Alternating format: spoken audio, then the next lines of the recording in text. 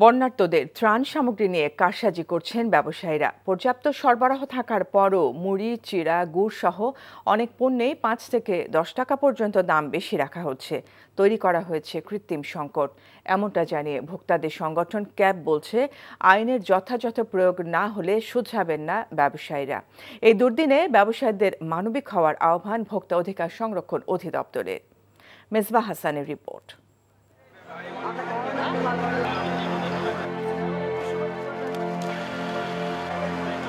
গতকালকে টাকা অ্যাডভান্স করে গেছি, আজকে মুড়ি নাই, মুড়ির সংকট। এবং এদেশে যখনই কোনো সংকট আসে তখনই এক ধরনের চোরাকারবারি সিন্ডিকেট, এই সিন্ডিকেটের কবলে আমরা পড়তেছি। বানভাসী মানুষের জন্য আগের দিন ৮০ টাকা কেজিতে মুড়ি অর্ডার দিয়েছিলেন এই ব্যক্তি, কিন্তু পরের দিন এসেই মুড়ি পাচ্ছেন না তিনি।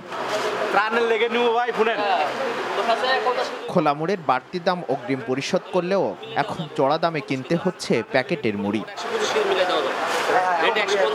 খোলা মুড়িটা না, প্যাকেটজাত মুড়িটা আছে। আর এছাড়া অন্যান্য আইটেম যেগুলো আমরা দেখছি আশানুরূপ দাম অনেক বেশি। বন্যার্তদের সহায়তায় সবাই একে একে এগিয়ে আসলেও বাজারে ঠিক তার উল্টো চিত্র। সবাই যখন বন্যার্তদের সহায়তায়, তখন বাজারে দেখা গিয়েছে এই পণ্যের চাহিদা অনুযায়ী দাম বৃদ্ধির তালিকাও। দেশের বন্যা কবলিতদের জন্য সহায়তার হাত বাড়িয়ে দিতে কারওয়ান বাজারে প্রতিদিনই ত্রাণ সামগ্রী কিনছেন মানুষ, আর এ সুযোগে দাম বাড়িয়ে দিচ্ছে সুযোগ সন্ধানীরা। মেলে মাল না পাওয়াতে ওখানে প্যাকেট দেওয়া শুরু করছে, আর যে প্যাকেট তো কষ্ট বেশি। শুধু মুড়ি নয়, চিড়ার দামও চড়া। এক সপ্তাহ আগেও যেখানে খুচরা বাজারে চিড়ার কেজি ছিল ৫৬ টাকা, এখন পাইকারিতেই বিক্রি হচ্ছে ৬৫ থেকে ৭০ টাকায়। একই অবস্থা গুড়ের দামেও। সংকট তৈরি হয়েছে ত্রাণের আরেক উপকরণ মোমবাতি সরবরাহেও। ঢাকাতে কোনো মোম নাই, ঢাকাতে কোনো মোম পাওয়া যাইতেছে না। আগে ৪০ টাকা ছিল, এখন মনে করেন ৫০ টাকা, ৫৫ টাকা এরকম বিক্রি করতেছি এখন। ভোক্তাদের নিয়ে কাজ করা সংগঠনগুলো বলছে, আইনের যথাযথ প্রয়োগই পারে বাজার নিয়ন্ত্রণ করতে। রাষ্ট্র সংস্কারের অংশ হিসাবে নিত্য প্রয়োজনীয় দ্রব্যের বাজার সংস্কার হবে এবং একই সাথে আইন প্রয়োগের ক্ষেত্রে যে অপরাধী হিসেবে তাকে সাব্যস্ত করে তার বিরুদ্ধে ব্যবস্থা নেওয়া হবে। ব্যবসায়ীদের প্রতি আমার আহ্বান আপনাদের মাধ্যমে, যে তারা তো মুনাফা করবে, কিন্তু এই সুযোগে বা এই অজুহাতে যারা তারা অতীতে যেটা করতো, দ্রব্যমূল্যের অস্থিরতা তৈরি করে, সেই জায়গা থেকে যেন বেরিয়ে আসা হয়। ব্যবসায়ীদের আরো মানবিক হওয়ার পরামর্শও দেন তারা। Mezba Hasan, NTV news, Dhaka. আজন্ম বিদ্রোহের এক লড়াকু কবির নাম কাজী নজরুল ইসলাম। বৈচিত্র্যময় জীবনের অধিকারী এই কবি দুঃখ, প্রেম আর বিদ্রোহের মিশেলে লড়েছেন সকল অন্যায়ের বিরুদ্ধে। সাম্যের সমাজ নির্মাণে বৈশ্বিক প্রেক্ষাপটে তাই নজরুল আজও অনেক জরুরি, এমন মত গবেষকদের। কবি নজরুলের ৪৮তম মৃত্যুবার্ষিকীতে শ্রদ্ধা ভরে স্মরণ করা হচ্ছে তাকে। হাসান মাহমুদের রিপোর্ট।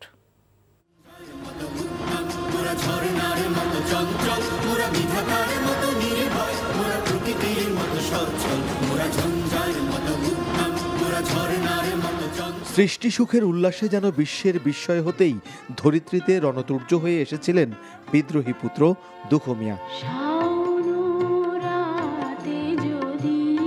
কবি কাজী নজরুল ইসলাম তাঁর জীবনের শেষ অভিভাষণে বলেছেন, আমার কাব্য, আমার গান, আমার জীবনের অভিজ্ঞতা থেকে জন্ম নিয়েছে।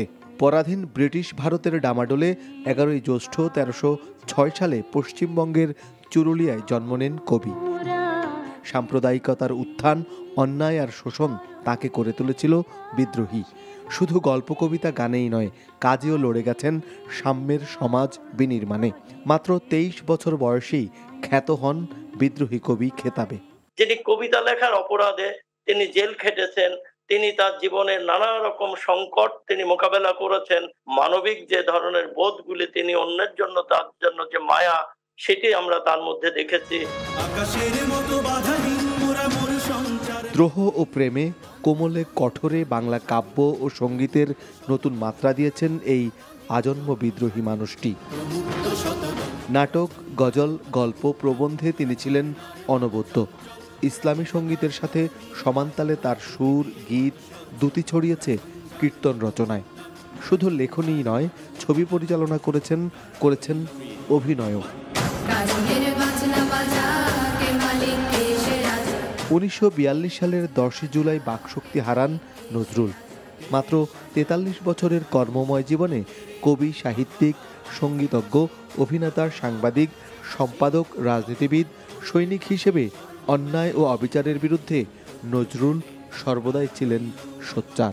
যে একজন দার্শনিক যেভাবে একটি সমাজ রাষ্ট্র নির্মাণে তার মানুষকে এগিয়ে নিয়ে যেতে চান, নজরুল চেতনা হলো সেখানেই তার প্রধানত কৃতিত্ব। একটা জাতির যে স্বপ্ন যাত্রা, সেটি নজরুলের হাত ধরেই আসলে এই অঞ্চলে বিকশিত হয়েছে। 1383 সালের 12ই ভাদ্র দুরারোগ্য ব্যাধিতে জীবনের পরিসমাপ্তি ঘটে আজীবন মানুষের মুক্তির জন্য লড়ে যাওয়া মহান এক কবির। Hasan Mahmud, NTV news, Dhaka. জাতীয় কবি কাজী নজরুল ইসলামের কবিতা ও গান মানুষকে যুগে যুগে শোষণ ও বঞ্চনা থেকে মুক্তির পথ দেখিয়ে চলেছে। শোষণের বিরুদ্ধে আপোষহীন সংগ্রাম তাকে বিদ্রোহী কবির খ্যাতি এনে দিয়েছে। কাজী নজরুল ইসলামের 48তম মৃত্যুবার্ষিকী উপলক্ষে বিএনপি ভারপ্রাপ্ত চেয়ারম্যান তারেক রহমান এক বাণীতে এসব কথা বলেন। এতে তিনি আরও বলেন, কাজী নজরুল ইসলাম জালিমের বিরুদ্ধে মজলুমকে বিদ্রোহ করার প্রেরণা জুগিয়েছিলেন। তার কবিতা ও গান শোষণ ও বঞ্চনার বিরুদ্ধে সংগ্রামে জাতিকে উদ্বুদ্ধ করেছে বলে উল্লেখ করেন বিএনপির ভারপ্রাপ্ত চেয়ারম্যান। নজরুলকে অসাম্প্রদায়িক চেতনার পথিকৃৎ লেখক হিসেবে উল্লেখ করে তারেক রহমান বলেন, নজরুলের লেখা জাতীয় জীবনে অসাম্প্রদায়িক চেতনা বিকাশে ব্যাপক ভূমিকা রেখেছে। এখন টেলিফোনে কথা বলছি মৌলভীবাজারের স্টাফ করেসপন্ডেন্ট SM উমেদ আলীর সাথে। উমেদ, বন্যা পরিস্থিতি তো উন্নতির দিকে আমরা জেনেছি, তো এখন আসলে ক্ষয়ক্ষতি কেমন হয়েছে আমাদেরকে জানাবেন। হ্যাঁ মিতা, আসলে ক্ষয়ক্ষতির কথা যদি বলি, একটু আগে আমার জেলা প্রশাসকের সাথে কথা হয়েছে, তারা ক্ষয়ক্ষতির যে তালিকা করেছেন সেটি হয়তো আরো একটু সময় লাগবে। তবে আমরা যেটা বিভিন্ন স্থান ঘুরে দেখেছি, বেশ কিছু জায়গা যেটি আমরা দেখেছি, বেশ কিছু মানুষের বাড়িঘর যেটি পানির তুরে একেবারে বিটে পর্যন্ত চলে গেছে। তো এই ধরনের অনেক ক্ষতি আছে, তো তারা তালিকা করছেন, সেটি পেতে আমাদের একটু সময় লাগবে। তো আমরা যদি বলি, মৌলভীবাজারের যে 4টি নদীর পানি কিন্তু বিপদ সীমার নিচ দিয়ে প্রবাহিত হচ্ছে, তবে একটি নদীর পানি বিপদসীমার উপর দিয়ে প্রবাহিত হচ্ছে, যেটি 146 সেন্টিমিটার উপর দিয়ে। তো ইতিমধ্যে মনোনদীর 3টি স্থানে এক্সকাভেটর দিয়ে তারা বাঁধ মেরামতের কাজ তারা শুরু করেছেন। তো আমরা যেটা মূল কথাটা বলতে হচ্ছে যে এখানে জেলা পর্যায়ে যেটি 62টি আশ্রয় কেন্দ্র খোলা হয়েছে, তো এই আশ্রয় কেন্দ্রতে বেশিরভাগ মানুষ সব ত্রাণ সেখানে নিয়ে যাচ্ছেন। মৌলভীবাজার থেকে জানছিলাম বন্যা পরিস্থিতির ক্ষয়ক্ষতির খবর। ফেনীর বন্যা পরিস্থিতির সর্বশেষ খবর জানাচ্ছেন আমাদের সহকর্মী দেওয়ান গিয়াস চৌধুরী। ফেনী এলাকার বিভিন্ন গ্রামগুলি এখনো পানির নিচে তলিয়ে আছে। তো আপনারা যদি দেখেন, এই যে ঘরবাড়ি এখনো পানির নিচে আছে এবং এদের বেশিরভাগই মানুষ আশ্রয় কেন্দ্রে উঠেছেন। তবে আমরা যতটুকু খবর পেয়েছি, মানুষজন বাসা বাড়িতে ফিরে আসতে চাইলেও তারা এখন ফিরতে পারছেন না, কারণ তাদের ঘর বাড়ি যদি আমি দেখাতে চাই যে মানুষজন এখনো এই যে পানির নিচে, ঘর বাড়িগুলি পানির নিচে তলিয়ে আছে, তারা চাইলেও তাদের এলাকায় আসতে পারছেন না। যারা আশ্রয় কেন্দ্রে আছেন তারা হয়তো খাবার পাচ্ছেন, শুকনো খাবার হোক, কিন্তু এই সব এলাকায় যারা আছেন, এখানে যে পানি আছে সেই এলাকাতে আসলে কোনো ধরনের খাদ্য সামগ্রী, শুকনো খাবার কিছুই পৌঁছায়নি বলে তারা আমাদের কাছে অভিযোগ করছেন। তবে যারা ত্রাণ সহায়তা আপনারা দিতে চান, আপনারা সমন্বয় করবেন স্থানীয় প্রশাসন, স্থানীয় লোকজনের সাথে, এবং প্রত্যন্ত এলাকায় এসে তাদেরকে ত্রাণ সহায়তা দিয়ে যাওয়ার জন্য। এটি হচ্ছে একটি সড়ক এবং এখান দিয়ে গাড়ি চলাচল করে, রিক্সা চলাচল করে, মানুষ চলাচল করেন। কিন্তু এখন আপনারা যদি দেখেন, এই জায়গাটিতে কোমর এবং কোমর থেকে বেশি পানি। এই পুরোটা জায়গা জুড়ে আমি যদি দেখাতে চাই, এই পুরোটা অঞ্চল পানির নিচে তলিয়ে আছে গত 7 দিন ধরে। এখানে দেখতে পাইতেছেন এক একটা ঘরে যারা নতুন বিল্ডিং দিছে তারা অসহায়ের মতো ছাদে পড়ে রয়েছে, রান্না বান্নারও কোনো সুবিধা নাই, কিছু নাই।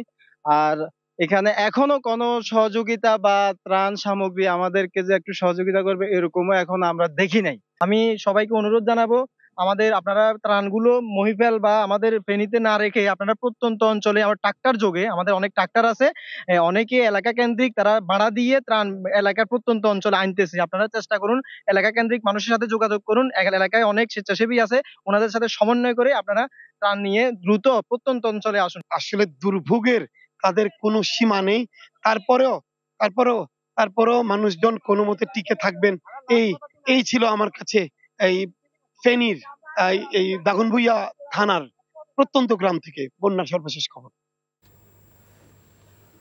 এখন টেলিফোনে কথা বলছি মৌলভীবাজারের স্টাফ করেসপন্ডেন্ট SM উমেদ আলীর সাথে। উমেদ, বন্যা পরিস্থিতি তো উন্নতির দিকে আমরা জেনেছি, তো এখন আসলে ক্ষয়ক্ষতি কেমন হয়েছে আমাদেরকে জানাবেন। হ্যাঁ মিতা, আসলে ক্ষয়ক্ষতির কথা যদি বলি, একটু আগে আমার জেলা প্রশাসকের সাথে কথা হয়েছে, তারা ক্ষয়ক্ষতির যে তালিকা করেছেন সেটি হয়তো আরো একটু সময় লাগবে। তবে আমরা যেটা বিভিন্ন স্থান ঘুরে দেখেছি, বেশ কিছু জায়গা যেটি আমরা দেখেছি, বেশ কিছু মানুষের বাড়িঘর যেটি পানির তুরে একেবারে বিটে পর্যন্ত চলে গেছে। তো এই ধরনের অনেক ক্ষতি আছে, তো তারা তালিকা করছেন, সেটি পেতে আমাদের একটু সময় লাগবে।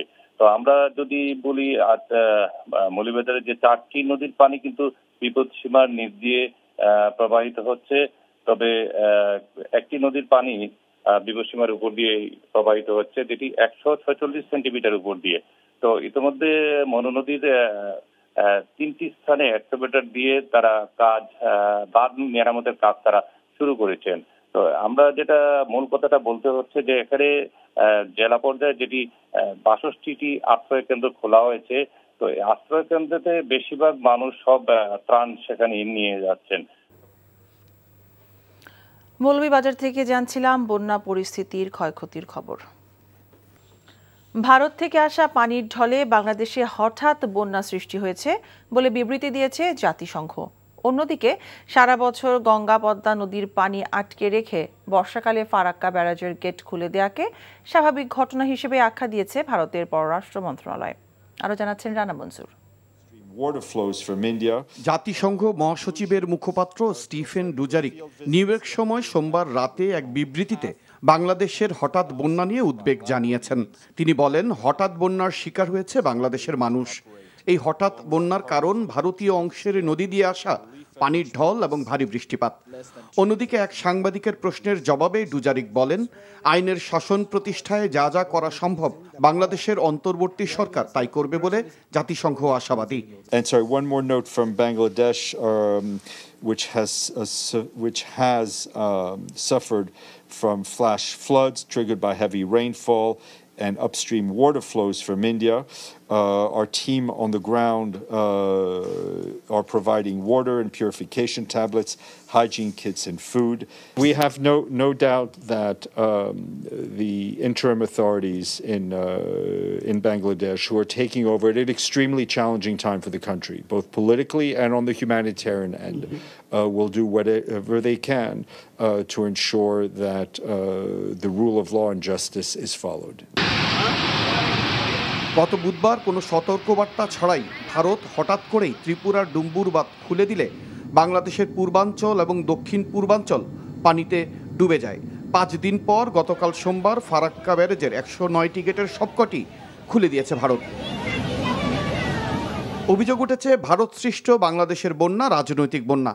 ভারতীয় গণমাধ্যমগুলো বলছে, ছাত্র জনতার গণ অভ্যুত্থানে 5 আগস্ট স্বৈরাচার শেখ হাসিনা ভারতে পালিয়ে যাবার পর দুদেশের সম্পর্ক ক্ষতিগ্রস্ত হয়েছে। কেননা হাসিনার 15 বছরের স্বৈরশাসনে বড় পৃষ্ঠপোষক ছিল ভারত। তবে ভারতের পররাষ্ট্র মন্ত্রণালয়ের মুখপাত্র রণধীর জয়সওয়াল সোমবার রাতে বলেছেন, সারা বছর ফারাক্কা গেট বন্ধ করে রাখলেও বর্ষা মৌসুমে তারা ফারাক্কা দিয়ে পানি ছাড়ে। এবার তারা বাংলাদেশে প্রতিদিন 11 লাখ কিউসেক পানি ফারাক্কা দিয়ে ছাড়বে। রণধীর জয়সওয়াল হুমকিও দিয়েছেন, বলেছেন, ফারাক্কার গেট খুলে দেয়া নিয়ে দুই দেশের মধ্যে ভুল বোঝাবুঝি সৃষ্টির উদ্দেশ্যে ভিডিও বা গুজব ছড়ানো হলে দৃঢ়ভাবে তারা মোকাবেলা করবে। রানা মঞ্জুর, এনটিভি ইন্টারন্যাশনাল ডেস্ক। 2014 এবং 2018 সালের ভোটে নির্বাচন কমিশনারদের দায়মুক্তি কেন অবৈধ নয় জানতে চেয়ে রুল জারি করেছে হাইকোর্ট। এ বিষয়ে সুপ্রিম কোর্টের 10 আইনজীবীর করা এক রিটের প্রাথমিক শুনানি নিয়ে বিচারপতি AKM আসাদুজ্জামান এবং বিচারপতি মোহাম্মদ মাহবুবুল ইসলামের হাইকোর্ট বেঞ্চ আজ এই রুল জারি করেন। রিটকারীদের আইনজীবী মোহাম্মদ শিশির মনির জানান, ওই 2 মেয়াদের নির্বাচন কমিশন গঠন বৈধ ছিল না। সেই ক্ষেত্রে 2014 এবং 2018 সালের নির্বাচনের বৈধতা নিয়েও প্রশ্ন উঠবে রুল যথাযথ ঘোষণা করে হাইকোর্ট রায় দিলে।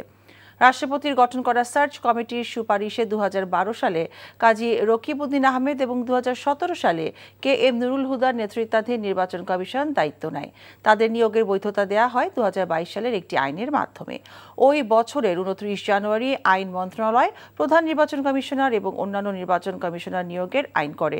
ওই আইনের ধারা 9-এ বলা আছে, সার্চ কমিটির সুপারিশে প্রধান নির্বাচন কমিশনার এবং অন্যান্য নির্বাচন কমিশনারের নিয়োগ প্রক্রিয়া এবং তাদের নিয়োগ বৈধ ছিল বলে গণ্য হবে এবং এ বিষয়ে কোনো আদালতে কোনো প্রশ্ন তোলা যাবে না। এই ধারাটি চ্যালেঞ্জ করে গত 18 আগস্ট হাইকোর্টে রিট আবেদন করেন সুপ্রিম কোর্টের 10 জন আইনজীবী। অতীতে যে দুটো নির্বাচন কমিশনার, প্রধান নির্বাচন কমিশনার এবং নির্বাচন কমিশনারকে নিয়োগ দেওয়া হয়েছে যে প্রক্রিয়ায়, এই প্রক্রিয়াকে দায়মুক্তি দেওয়া হয়েছে। সেখানে বলা হয়েছে এই অতীতের এই দুই নির্বাচন কমিশন, যার অধীনে 2014 সাল এবং 2018 সালে নির্বাচন অনুষ্ঠিত হয়েছে, তাদের এই অ্যাপয়েন্টমেন্ট প্রক্রিয়া কিংবা নিয়োগ প্রক্রিয়া নিয়ে বাংলাদেশের কোনো আদালতে প্রশ্ন উত্থাপন করা যাবে না। আমরা এটাই চ্যালেঞ্জ করেছিলাম যে কোনো আইনের মাধ্যমে কোনো ব্যক্তিকে, কোনো ব্যক্তির অ্যাপয়েন্টমেন্টকে কিংবা কাজকে এইভাবে দায় মুক্তি দেওয়া যায় না। যদি দায় মুক্তি দেওয়া হয় তাহলে এটি বাংলাদেশ সংবিধানের মৌলিক যে কাঠামো আছে তার সঙ্গে সাংঘর্ষিক হয়।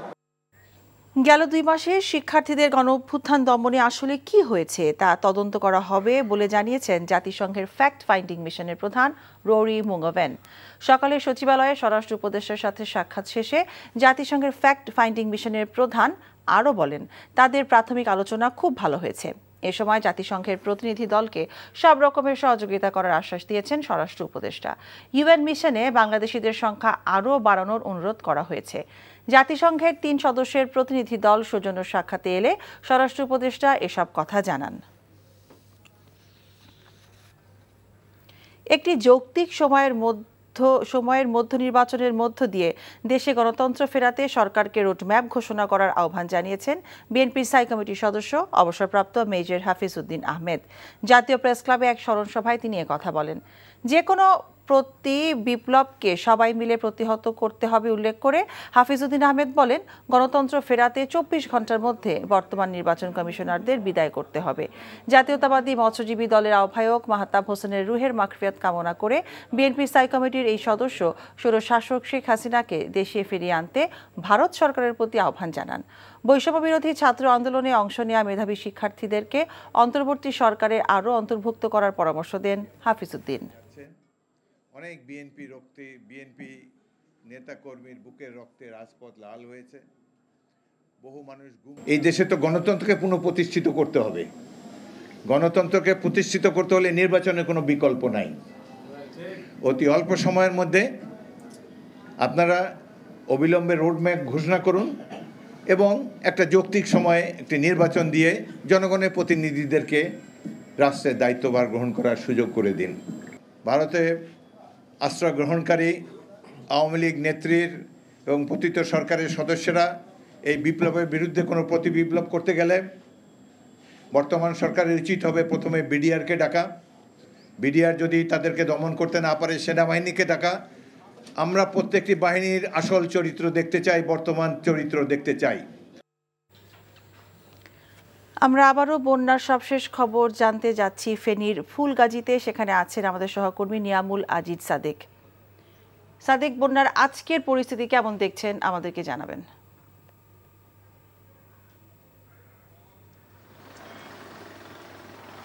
বন্যার আজকের পরিস্থিতি বলতে ফুলগাজীর কথা বলছিলাম। ফুলগাজী কিন্তু এখনো অনেক রাস্তা, মহাসড়ক কিন্তু ডুবে আছে। সেই জায়গাতে ত্রাণ কিছুক্ষণ আগে পৌঁছানোর ব্যবস্থা করেছে সেনাবাহিনী সহ অন্যান্য বাহিনী।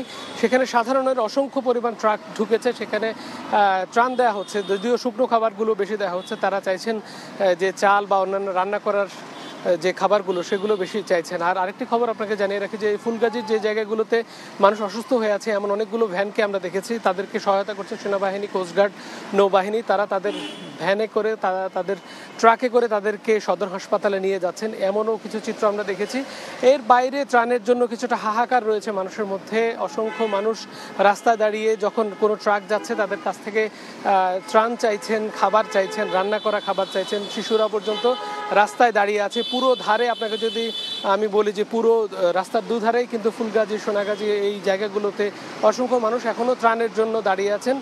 আর সেনাবাহিনী এবং নৌবাহিনীর পক্ষ থেকে বলা হচ্ছে যে তারা প্রপার ডিস্ট্রিবিউশনের জায়গায় তারা যদি নিজেরা দেন সেক্ষেত্রে আরও বেশি দুর্গত এলাকার মানুষের কাছে দিতে পারবেন। সেই আহ্বানটা তারা করছেন যে সাধারণ যারা আসছেন তাদেরকে যেন এই ত্রাণগুলো দেওয়া হয়, তারা দুর্গত এলাকায় নৌকার মাধ্যমে বা অন্য কোনো মাধ্যমে এই ত্রাণগুলো পৌঁছাবেন। আর সে নৌবাহিনীর প্রধান তিনি বলেছেন যে আগামীতে যে সংস্কার বা পুনর্নির্মাণ সেই কাজে তারা হাত দেবেন। আপাতত তারা সুপেয় পানি এবং খাবারগুলো দুর্গম এলাকায় পৌঁছানোর ব্যবস্থা করছেন। এই ছিল আসলে এই এলাকার খবর। ফেনীর ফুলগাজী থেকে জানছিলাম বন্যার সর্বশেষ খবর। বন্যা কবলিত মানুষদের সহযোগিতায় প্রধান উপদেষ্টার ত্রাণ তহবিলে অংশ নিল এশিয়াটিক 360 এবং তার কর্মীরা। এশিয়াটিক 360 পরিবারের সকল সদস্য তাদের একদিনের বেতন এবং গ্রুপের প্রতিষ্ঠানগুলোর পক্ষ থেকে সমান পরিমাণ অর্থ দেওয়া হয়েছে অন্তর্বর্তীকালীন সরকারের প্রধান উপদেষ্টার ত্রাণ তহবিলে। প্রতিষ্ঠানটি আশা করে এমন সহযোগিতা বন্যার্তদের অসুবিধা কিছুটা হলেও লাঘব করবে এবং তাদের জীবনযাত্রার পুনর্গঠনে সহায়ক হবে। নগদ নিবেদিত অর্থনীতির খবর। নিত্য প্রয়োজনীয় পণ্যের দামের লাগাম টানতে বাংলাদেশ ব্যাংকের ঋণের সুদ হার বাড়ানোর সিদ্ধান্তে উদ্বিগ্ন Dhaka chamber of commerce and industries. দুপুরে বাংলাদেশ ব্যাংকের গভর্নর ডক্টর আহসান এইচ মনসুরের সাথে সাক্ষাতের পর কথা জানান ডিসিসিআই সভাপতি আশরাফ আহমেদ। তিনি বলেন, সুদের হার বাড়লে দেশের ক্ষুদ্র মাঝারি খাতে চাপ বাড়ে। চলমান অস্থিরতা বিবেচনায় নিয়ে দেশের ক্ষুদ্র মাঝারি খাতের জন্য কেন্দ্রীয় ব্যাংকের বিশেষ নজর দাবি করেন ব্যবসায়ী নেতারা। ক্ষুদ্র ও মাঝারি খাতে ঋণের প্রবাহ বাড়ানোর দাবি জানান তারা। এক প্রশ্নের জবাবে ডিসিসিআই সভাপতি জানান, ব্যাংক লুটেরাদের ব্যবসায়ীরা সমর্থন করে না। দেশে পূর্বাঞ্চলে কয়েকটি জেলায় বন্যার কিছুটা উন্নতি হলেও কয়েকটি জেলায় অবনতি হয়েছে। অসংখ্য মানুষ পানিবন্দী হয়ে আছে। ফেনী, নোয়াখালী ও কুমিল্লার অনেক এলাকাতেই বন্যার্ত মানুষ ত্রাণ পাচ্ছে না এখনও। বিশুদ্ধ পানি ও খাবারের সংকটের পাশাপাশি এরই মাঝে দেখা দিয়েছে পানিবাহিত নানা রোগ। ওয়ালিউল্লাহ অলির ডেস্ক রিপোর্ট।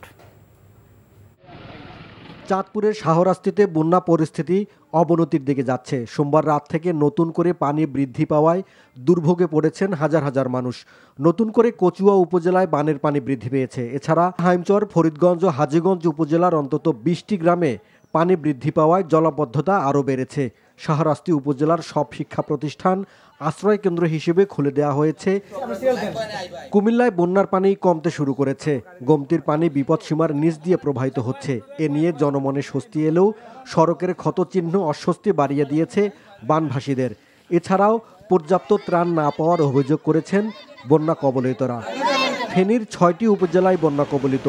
ফেনী সদর, ফুলগাজী, পরশুরাম, ছাগলনাইয়াতে পানি কমতে শুরু করলেও দাগনভূঞা ও সোনাগাজীর বন্যা পরিস্থিতি অবনতি হয়েছে। এসব এলাকায় বন্যার্ত মানুষ ত্রাণ না পাওয়ার অভিযোগ করছেন।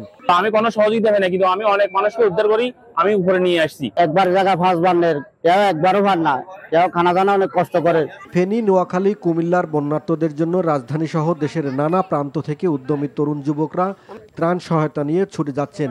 নিজেদের সামর্থ্য অনুযায়ী বন্যার্তদের জন্য সহায়তার হাত বাড়িয়ে দিয়েছেন তারা। বন্যা শেষের পরেও কিন্তু আমাদের বাড়ি ঘর সব লন্ডভন্ড হয়ে গেছে। অনেক অসহায় মানুষ আছে, ত্রাণ আসতেছে, পর্যটন যাচ্ছে না। শহর থেকে আসার যে যানবাহন সংকট, ট্রান্সপোর্টের খুবই বিপর্যয় অবস্থা। আমাদের প্রয়োজন প্রত্যন্ত অঞ্চলগুলোতে ঢুকে প্রতিটা পরিবারে খাবারগুলা পৌঁছানো। লক্ষ্মীপুরে টানা বৃষ্টি ও বন্যায় প্রায় 8 লাখ মানুষ পানিবন্দী হয়েছে। এর মধ্যে প্রায় 23,000 মানুষ আশ্রয়কেন্দ্রে উঠেছে। জেলার বিস্তীর্ণ জনপদ এখনও পানির নিচে তলিয়ে আছে। দুর্গম এলাকাগুলোতে পানিবন্দীদের জন্য কোনো খাবার যাচ্ছে না। আমগো এলাকায় তো পরিমাণ আমরা একলা বাড়ির মেয়েদের আমরা 4-5 গিরি সবাই পানির তলে। এখন থাকার মতন কোনো অবস্থায় নাই। কোমর পরিমাণ পানি আমাদের ঘরে। এখন আত্মীয়ের বাড়িতে যাইতেছি, আশ্রয় কেন্দ্রে শুনছি খালি নেই।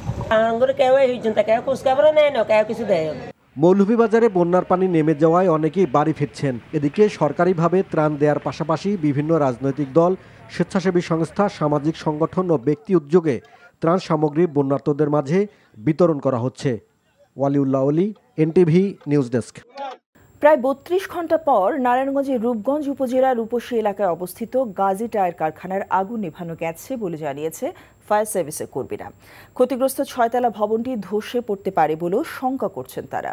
ভবনটি নাজুক অবস্থায় থাকায় এখন পর্যন্ত ভেতরে ঢুকে উদ্ধার অভিযান শুরু করা যায়নি বলে জানান ফায়ার সার্ভিস। তিনি জানান ভোর 5টার দিকে আগুন নেভাতে সক্ষম হয়েছেন তারা, এরপরও অল্প অল্প করে আগুন জ্বলছে। রোববার রাত 10:30টার দিকে গাজী টায়ার ফ্যাক্টরিতে আগুন লাগে। ফায়ার সার্ভিসের 12টি ইউনিট আগুন নেভানোর কাজ শুরু করে। এই ঘটনায় অতিরিক্ত জেলা ম্যাজিস্ট্রেট হামিদুর রহমানের নেতৃত্বে 8 সদস্যের তদন্ত কমিটি গঠন করেছে জেলা প্রশাসন। এনটিভি চেয়ারম্যান হিসেবে মোহাম্মদ মুসাদ্দেক আলী এবং ব্যবস্থাপনা পরিচালক হিসেবে আশফাক উদ্দিন আহমেদ নির্বাচিত হয়েছেন। আজ এনটিভি কার্যালয়ে অনুষ্ঠিত বোর্ড মিটিংয়ে বোর্ড অব ডিরেক্টর্স সর্বসম্মতভাবে এই সিদ্ধান্ত নেন। মোহাম্মদ মুসাদ্দেক আলী এর আগে প্রতিষ্ঠানের চেয়ারম্যান ও ব্যবস্থাপনা পরিচালক হিসেবে দায়িত্ব পালন করছিলেন। দীর্ঘ 7.5 বছর পর দেশে ফেরার পর সরাসরি এনটিভি পরিচালনা পর্ষদের বৈঠক অনুষ্ঠিত হল মুসাদ্দেক আলীর সভাপতিত্বে। পরিচালনা পর্ষদের সিদ্ধান্তে নতুন দায়িত্ব পাওয়া চেয়ারম্যান ও ব্যবস্থাপনা পরিচালককে এনটিভি পরিবারের পক্ষ থেকে অভিনন্দন জানানো হয়েছে। সাবেক তথ্য প্রতিমন্ত্রী মোহাম্মদ আলী আরাফাত গ্রেফতার হয়েছেন। আজ রাজধানী গুলশান থেকে তাকে গ্রেফতার করা হয়। পরে ডিবি কার্যালয়ে নেওয়া হয় আরাফাতকে। গত 5 অগস্ট শেখ হাসিনা দেশ ছাড়ার পর সাবেক এই প্রতিমন্ত্রীকে জনসম্মুখে দেখা যায়নি। তিনি কোথায় আছেন সে তথ্যও পাওয়া যায়নি। এরই মধ্যে মোহাম্মদ আরাফাত তার স্ত্রী ও তাদের মালিকানাধীন ব্যবসা প্রতিষ্ঠানের ব্যাংক হিসাব লেনদেন স্থগিত করার নির্দেশ দেয় বিএফআইইউ। মোহাম্মদ আলী আরাফাত ঢাকা 17 আসনের সংসদ সদস্য ছিলেন। চট্টগ্রামের রাঙ্গুনিয়াতে পাহাড় কাটার সময় মাটি চাপায় শিশু সহ 3 জনের মৃত্যুর ঘটনায় সাবেক পররাষ্ট্রমন্ত্রী ডক্টর হাসান মাহমুদ সহ 278 জনকে আসামি করে মামলা দায়ের করা হয়েছে। দুপুরে চট্টগ্রামের চিফ জুডিশিয়াল ম্যাজিস্ট্রেট আদালতের বিচারক কাজী শহীদুল ইসলামের আদালতে মামলাটি দায়ের করেন মোহাম্মদ নাজিম উদ্দিন নামে এক ভুক্তভোগী। মামলাটি রাঙ্গুনিয়া থানায় গ্রহণ করে তদন্তের নির্দেশ দিয়েছেন আদালত। 2017 সালে রাঙ্গুনিয়াতে পাহাড় কাটার সময় মাটি চাপা পড়ে এক শিশু সহ 3 জনের মৃত্যু হয়। এই পাহাড়টি সাবেক এমপি হাসান মাহমুদের দখল করা ও তার নির্দেশে পাহাড়টি কাটা হচ্ছিল বলে অভিযোগ করা হয়েছে।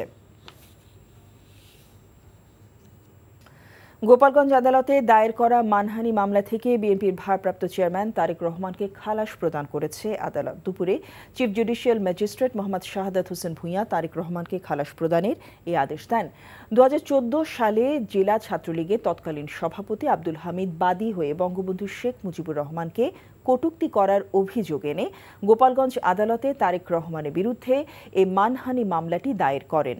এছাড়াও একই আদালতের বিচারক মোহাম্মদ শাহাদাত হোসেন ভূঁইয়া 2012 সালে রাষ্ট্রপক্ষের দায়ের করা একটি মামলা থেকে ফৌজদারি কার্যবিধির 249 ধারায় খালাস দেওয়া হয়েছে কেন্দ্রীয় স্বেচ্ছাসেবক দলের সভাপতি এস.এম. জিলানীকে। ফেনীর বন্যা দুর্গত 3টি এলাকায় বিএনপির পক্ষ থেকে ত্রাণ বিতরণ করেন কেন্দ্রীয় মহিলা দলের সভানেত্রী আফরোজা আব্বাস। বন্যা কবলিত এলাকায় শিশু খাদ্য ও ঔষধ বিতরণ করা হয়। এ সময় বিএনপির উপদেষ্টা মোয়াজ্জেম হোসেন আলাল সহ দলীয় নেতৃবৃন্দরা উপস্থিত ছিলেন। জেলার 4টি উপজেলায় বন্যা কবলিত মানুষের জন্য ত্রাণ সামগ্রী এনেছেন বলে জানান ঢাকা মহানগর দক্ষিণ বিএনপির আহ্বায়ক রফিকুল আলম মজনু।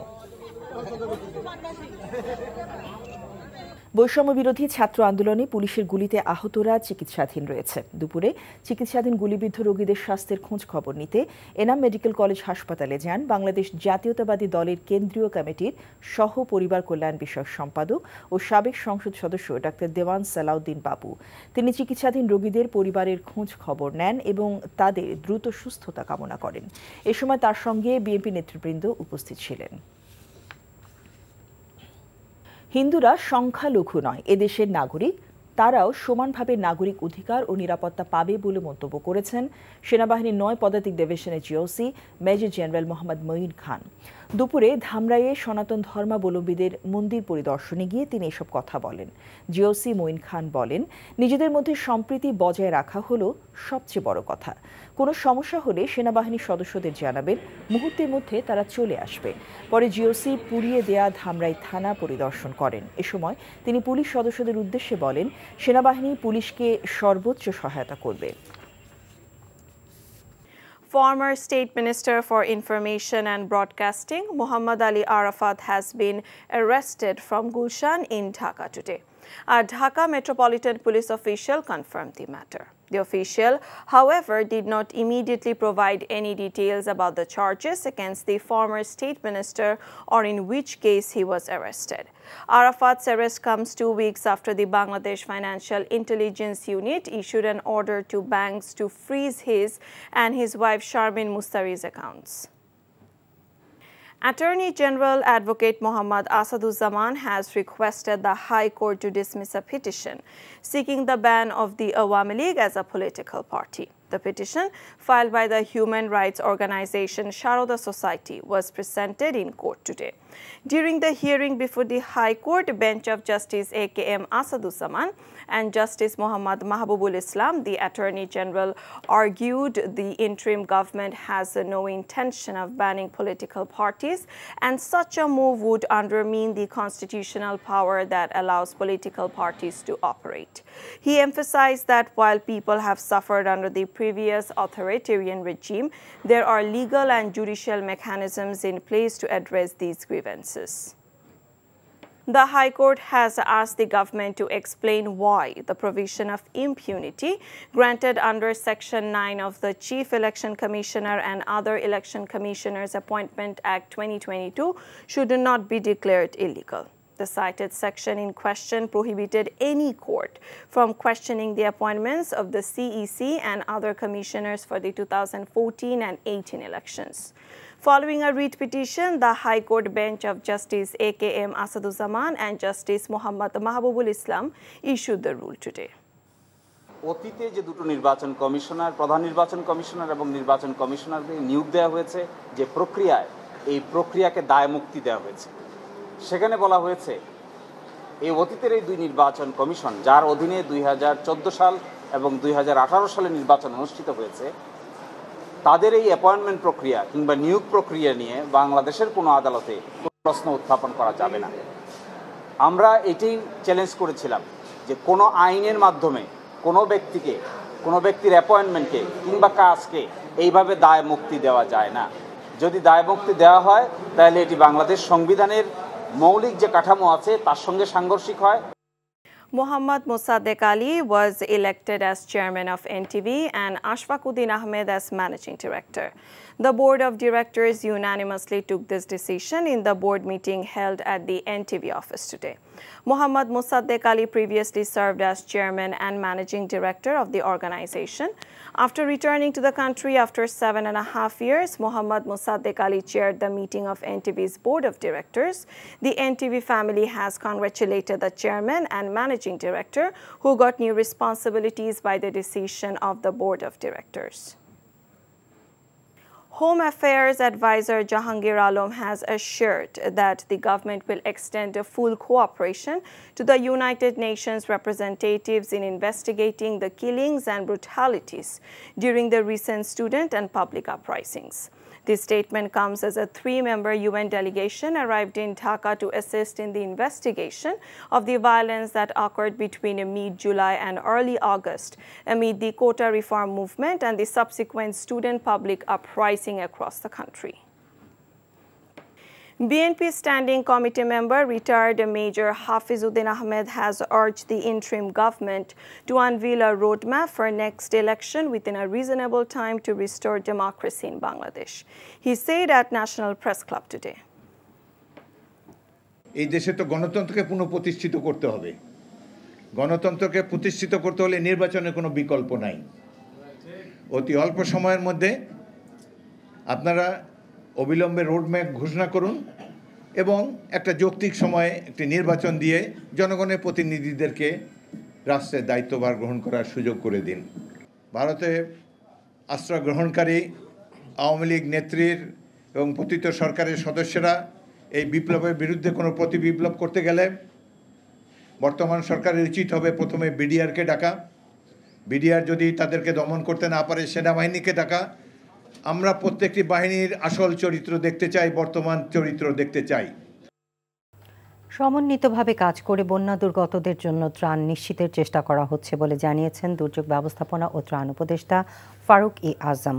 সচিবালয়ে বন্যা পরিস্থিতি নিয়ে মন্ত্রণালয় ও সশস্ত্র বাহিনী বিভাগের যৌথ সংবাদ সম্মেলনে একথা বলেন তিনি।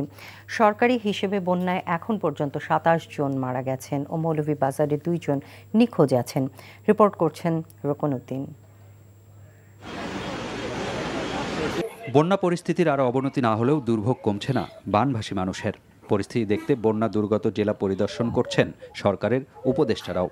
কয়েকটি জেলা ঘুরে এসে মঙ্গলবার সচিবালয়ে দুর্যোগ ব্যবস্থাপনা ও ত্রাণ উপদেষ্টা তুলে ধরেন ত্রাণ নিয়ে কার্যক্রমের কথা। এখন পর্যন্ত দূরবর্তী সকল উপজেলা সমূহে ত্রাণ পৌঁছানো গেছে এবং চিকিৎসা সেবা নিশ্চিত করা করছে। ক্রমান্বয়ে সমস্ত বিষয়গুলি ধারাবাহিকভাবে আসছে। আর দুর্গম এলাকা এখন আর নাই। আমরা সকল জায়গায় ত্রাণ পৌঁছাতে পেরেছি। সরকারি হিসেবে মঙ্গলবার পর্যন্ত প্রায় ১২ লাখ পরিবারের ৫৬ লাখেরও বেশি মানুষ এবারের বন্যায় ক্ষতিগ্রস্ত হয়েছেন বলে জানানো হয় সংবাদ সম্মেলনে। ক্ষতিগ্রস্ত লোকের সংখ্যা ৫৬,১৯,৩৭৫ জন, মৃতের সংখ্যা ২৭, নিখোঁজ লোকের সংখ্যা হচ্ছে ২, আগে যেটি ছিল মৌলভীবাজারের। মানুষের জীবন বাঁচাতে ও দুর্গম এলাকায় ত্রাণ পৌঁছে দিতে সশস্ত্র বাহিনীর পক্ষ থেকে সব রকমের সহায়তা করা হচ্ছে বলেও জানানো হয় সংবাদ সম্মেলনে। বর্তমানে বন্যা দুর্গত এলাকায় ২১টি ক্যাম্পে সশস্ত্র বাহিনীর ২,২৪০ জন সদস্য মোতায়েন রয়েছে। বন্যার্তদের সহায়তায় সশস্ত্র বাহিনীর 18টি মেডিকেল টিম কাজ করে যাচ্ছে। একটি ফিল্ড হাসপাতাল স্থাপন করা হয়েছে। ১৪৭টি বিভিন্ন ধরনের নৌযান, 15টি হেলিকপ্টার ও 7টি পরিবহন বিমান ব্যবহার করা হচ্ছে। বন্যা দুর্গতদের সহায়তায় ঢাকা বিশ্ববিদ্যালয়ের টিএসসিতে গেল ৬ দিনে নগদ ৫,৭৩,৯৯,৬০৯ টাকা এবং ব্যাংক ও ডিজিটাল মাধ্যমে ৬০ লাখেরও বেশি টাকা জমা হয়েছে বলে জানানো হয় বৈষম্য বিরোধী ছাত্র আন্দোলনের পক্ষ থেকে। Roknuddin, NTV news, Dhaka. বিপদের সময় ভারত পানি ছেড়ে দেশের জনগণকে ভাসিয়ে দিচ্ছে, আর যখন পানি দরকার তখন শুকিয়ে মারছে, এমন অভিযোগ করেছেন বিএনপি নেতারা। একটি যৌক্তিক সময়ের মধ্যে নির্বাচন দিয়ে গণতন্ত্র ফেরাতে সরকারকে রোডম্যাপ ঘোষণা করার আহ্বানও জানান তারা। রাজধানীতে পৃথক অনুষ্ঠানে তারা এসব কথা বলেন। হাসান মাহমুদের রিপোর্ট। ঢলের জলে বানভাসী মানুষের নিদারুণ কষ্টে ভারী হচ্ছে ফেনী নোয়াখালীর বাতাস। এমন পরিস্থিতিতে নয়াপল্টনের কেন্দ্রীয় কার্যালয়ে বন্যা দুর্গতদের জন্য কেন্দ্রীয় ত্রাণ সংগ্রহ কেন্দ্রের উদ্বোধন করে বিএনপির স্থায়ী কমিটির সদস্য ডাক্তার জাহিদ হোসেন প্রশ্ন রাখেন, এ পানি কোথা থেকে আসছে? নাচতে নিয়ে ঘুমটা দিয়ে লাভ নাই। ভারত আমাদের পার্শ্ববর্তী সরকারের পররাষ্ট্র মন্ত্রণালয় বলেছে যে বাঁধ ছাড়তে হলে আগে জানানোর প্রয়োজন নাই, আগেরটা ফেনীরটার বেলায় বলেছে। আর গতকালকে বলেছে যখন ১০৯টা ফরাক্কার সুইচ গেট খুলে দিয়েছে তখন তারা আবার বলতেছে যে আমরা ১০৯টা খুলে দিয়েছি। তাদের বিপদের সময় তারা পানি ছেড়ে দিয়ে তারা করছে কি আমাদেরকে ভাসিয়ে দিচ্ছে। আবার আমাদের যখন পানি দরকার তখন পানি আটকিয়ে রেখে আমাদেরকে শুকিয়ে মারছে। এদিকে জাতীয় প্রেস ক্লাবে মৎস্যজীবী দলের আহ্বায়ক মাহতাব হোসেনের স্মরণসভায় হাফিজউদ্দিন আহমেদ বলেন, বর্তমান নির্বাচন কমিশনারদের বিদায় করতে হবে, প্রতি বিপ্লব প্রতিহত করে গণতন্ত্র ফেরাতে হবে দেশে। আপনারা অবিলম্বে রোডম্যাপ ঘোষণা করুন এবং একটা যৌক্তিক সময়ে একটি নির্বাচন দিয়ে জনগণের প্রতিনিধিদেরকে রাষ্ট্রের দায়িত্বভার গ্রহণ করার সুযোগ করে দিন। ভারত সরকার অনুরোধ করব দ্রুত এই খুনি সরকারের প্রধানকে বাংলাদেশে ফেরত পাঠিয়ে দেন। সেনাপ্রধানকে অনুরোধ করব এই ৬২২ জনের নাম তালিকা আপনি ঘোষণা করুন। স্বৈরশাসক হাসিনা সরকার ক্ষমতা টেকাতে পুলিশকে যুদ্ধাস্ত্রে সজ্জিত করেছিল, অভিযোগ বিএনপি নেতাদের। Hasan Mahmud, NTV news, Dhaka. বাংলাদেশ থেকে তৈরি পোশাক সহ অন্যান্য পণ্য আমদানি বাড়ানোর জন্য রাশিয়ার প্রতি আহ্বান জানিয়েছেন অন্তর্বর্তীকালীন সরকারের প্রধান উপদেষ্টা অধ্যাপক ডক্টর মোহাম্মদ ইউনূস। আজ প্রধান উপদেষ্টার সরকারি বাসভবন যমুনায় ঢাকায় নিযুক্ত রাশিয়ার রাষ্ট্রদূত আলেকজান্ডার ম্যানটেটস্কি ডক্টর ইউনূসের সাথে দেখা করতে গেলে তিনি এই আহ্বান জানান। এ সময় রাশিয়ার রাষ্ট্রদূত বলেন, রাশিয়া আন্তর্জাতিক মঞ্চে বাংলাদেশের প্রতি তার সমর্থন অব্যাহত রাখবে। বৈঠকে রূপপুর পারমাণবিক বিদ্যুৎ কেন্দ্র এবং খাদ্য নিরাপত্তা, জ্বালানি অনুসন্ধান এবং বিজ্ঞান ও প্রযুক্তি বিষয়ে সহযোগিতা বৃদ্ধির বিষয়ে আলোচনা হয়। পরে একই স্থানে ঢাকায় নিযুক্ত পাকিস্তানের হাই কমিশনার সৈয়দ আহমেদ মারুফ প্রধান উপদেষ্টার সাথে দেখা করেন। বাংলাদেশ ও পাকিস্তানের মধ্যে অর্থনৈতিক, বাণিজ্যিক ও জনগণের মাঝে যোগাযোগ বাড়ানোর উপর তারা দুজনই গুরুত্ব আরোপ করেন। সবশেষ ঢাকায় নিযুক্ত সৌদি আরবের রাষ্ট্রদূত ইসা ইউসুফ ইসা আল দুহাইলান প্রধান উপদেষ্টার সাথে তার সরকারি বাসভবন যমুনায় সৌজন্য সাক্ষাৎ করেন। এ সময় তারা দুই দেশের ঐতিহাসিক সম্পর্ক আরও জোরদার করার বিষয়ে একমত পোষণ করেন।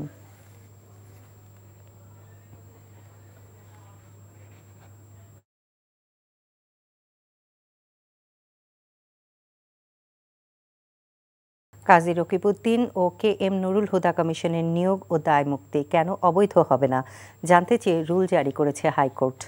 4 সপ্তাহের মধ্যে এই রুলের জবাব দিতে বলা হয়েছে। রিটকারীর আইনজীবী বলছেন, এই দুই কমিশনের নিয়োগ অবৈধ হলে আইনি প্রশ্ন উঠবে তাদের অধীনে হওয়া দুটি নির্বাচন নিয়েও।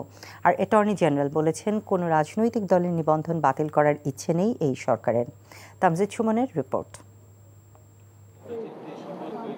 2014 সালের জাতীয় নির্বাচনের 2 বছর আগে প্রধান নির্বাচন কমিশনার হিসেবে নিয়োগ দেয়া হয় কাজী রকিবউদ্দিন আহমেদকে। সেই কমিশনের অধীনে অনুষ্ঠিত হয় একতরফা 10ম জাতীয় সংসদ নির্বাচন। রকিবের মেয়াদ শেষের পর দায়িত্বে আসেন কে এম নুরুল হুদা। 2017 সালে নিয়োগ পান তিনি। তার অধীনে অনুষ্ঠিত হয় 2018 সালের আরেকটি বিতর্কিত নির্বাচন। রকিব ও হুদা কমিশনের দুটি নির্বাচনই দেশে বিদেশে ব্যাপক সমালোচনার জন্ম দেয়।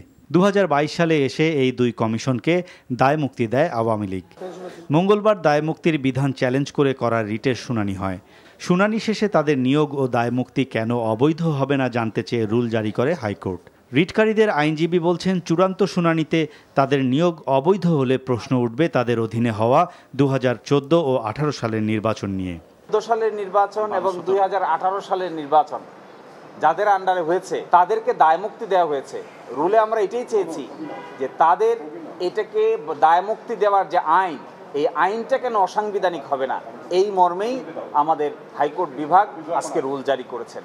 বাকিটা শুনানির সময় আপনারা সবাই জানতে পারবেন। 4 সপ্তাহের রুল।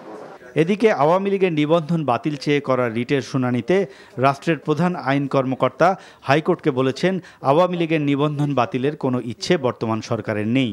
একই সাথে ব্যক্তির অপরাধের দায় সংগঠনের উপর দেওয়ার পক্ষে নন তিনি। আমরা এই নিবন্ধন বাতিলের বিরুদ্ধে, কারণ এই সরকার সিভিল রাইটস প্রোটেক্ট করার জন্যই, গণতন্ত্র পুনরুদ্ধারের জন্য, মানুষের মত প্রকাশের স্বাধীনতার জন্যই গঠিত দায়িত্ব নিয়েছেন। সেই জায়গা দাঁড়িয়ে এই সরকার কখনোই কোনোভাবেই একটি রাজনৈতিক দলের নিবন্ধন বাতিল করার এই প্রক্রিয়া সমর্থন করতে পারে না। অন্তর্বর্তীকালীন সরকার কতদিন ক্ষমতায় থাকবে সেটি আদালত নির্ধারণ করে দিতে পারে না বলেও মন্তব্য করেন attorney general. Tamjid Suman, NTV news, Dhaka. তত্ত্বাবধায়ক সরকার ব্যবস্থা প্রবর্তন করে আনা সংবিধানের 13শ সংশোধনী বাতিলের রায় পুনর্বিবেচনার জন্য হাইকোর্টে আবেদন করেছেন 5 ব্যক্তি। চেম্বার আদালতের অনুমতি নিয়ে আজ সুজন সম্পাদক বদিউল আলম মজুমদার, তোফায়েল আহমেদ, এম হাফিজউদ্দিন খান, জুবাইরুল হক ভুইয়া ও জাহরা রহমান এই আবেদনটি করেন। সংবিধানে তত্ত্বাবধায়ক সরকার ব্যবস্থা অন্তর্ভুক্ত করে সংবিধানের 13শ সংশোধনী জাতীয় সংসদে 1996 সালে গৃহীত হয়।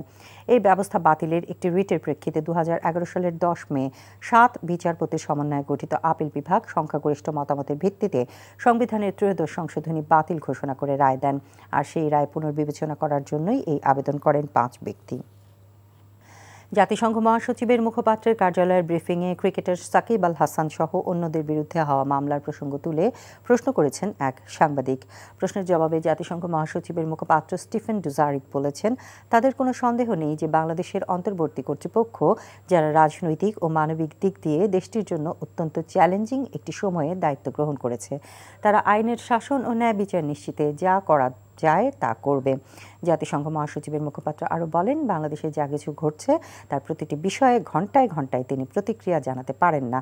একটা নতুন সরকারকে প্রয়োজনীয় পদক্ষেপ গ্রহণে সময় দিতে হবে। ব্যবসায়ীরা যাতে কাউকে ঘুষ না দেন সেই তাগিদ দিয়ে অর্থ ও বাণিজ্য উপদেষ্টা ডক্টর সালেউদ্দিন আহমেদ বলেছেন, এখন থেকে সবাইকে স্বচ্ছভাবে ব্যবসা করতে হবে। ERD-তে ব্যবসায়ী প্রতিনিধিদের সাথে বৈঠকে একথা বলেন তিনি। আর ব্যবসায়ী নেতারা বিদেশি ক্রেতাদের আস্থা ফেরাতে কারখানার নিরাপত্তা নিশ্চিতের তাগিদ দেন। এর আগে অর্থ উপদেষ্টার সাথে সাক্ষাতে ঢাকায় নিযুক্ত যুক্তরাজ্যের high commissioner Sarah Cook NBR এবং পুঁজিবাজার সংস্কারের তাগিদ দেন। হাসানুল শাওনের রিপোর্ট। অর্থনৈতিক সম্পর্ক বিভাগে অর্থ ও বাণিজ্য উপদেষ্টার সাথে বৈঠকে ব্যবসায়ী নেতারা দেশের আইন শৃঙ্খলা পরিস্থিতি উন্নয়নের তাগিদ দেন। এ সময় তারা বর্তমান পরিস্থিতিতে ঋণের কিস্তি পরিশোধের বর্ধিত সময়সীমার পাশাপাশি সহজ শর্তে প্রায় ২,০০০ কোটি টাকা ঋণের আবদার করেন সরকারের কাছে। আমাদের হয়তো নেক্সট মান্থে গিয়ে একটু ক্রাইসিস দেখা যেতে পারে।